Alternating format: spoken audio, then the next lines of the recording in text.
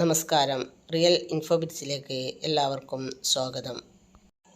തപാൽ വകുപ്പ് രജിസ്റ്റേർഡ് തപാൽ സംവിധാനം നിർത്തലാക്കുന്നു. ഈ വരുന്ന സെപ്റ്റംബർ 1 മുതലാണ് ഈ നിയമം പ്രാബല്യത്തിൽ വരുന്നത്.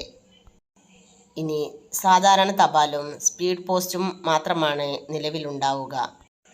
രജിസ്റ്റേർഡ് തപാൽ സ്പീഡ് പോസ്റ്റുമായി ലയിക്കുന്നത് മൂലമാണ് ഇങ്ങനെയൊരു മാറ്റമെന്ന് ഉത്തരവിൽ പറയുന്നു. തപാൽ സംവിധാനം കാര്യക്ഷമമാക്കുന്നതിനും ഉപഭോക്തൃ സേവനം മെച്ചപ്പെടുത്തുന്നതിനുമാണ് ഈ പുതിയ നടപടി സ്വീകരിക്കുന്നതെന്ന് ഉത്തരവിൽ പറയുന്നു. സെപ്റ്റംബർ 1 മുതൽ രജിസ്റ്റേർഡ് പോസ്റ്റ് എന്നത് ഒഴിവാക്കുകയോ സ്പീഡ് പോസ്റ്റ് എന്ന് രേഖപ്പെടുത്തുകയോ വേണം.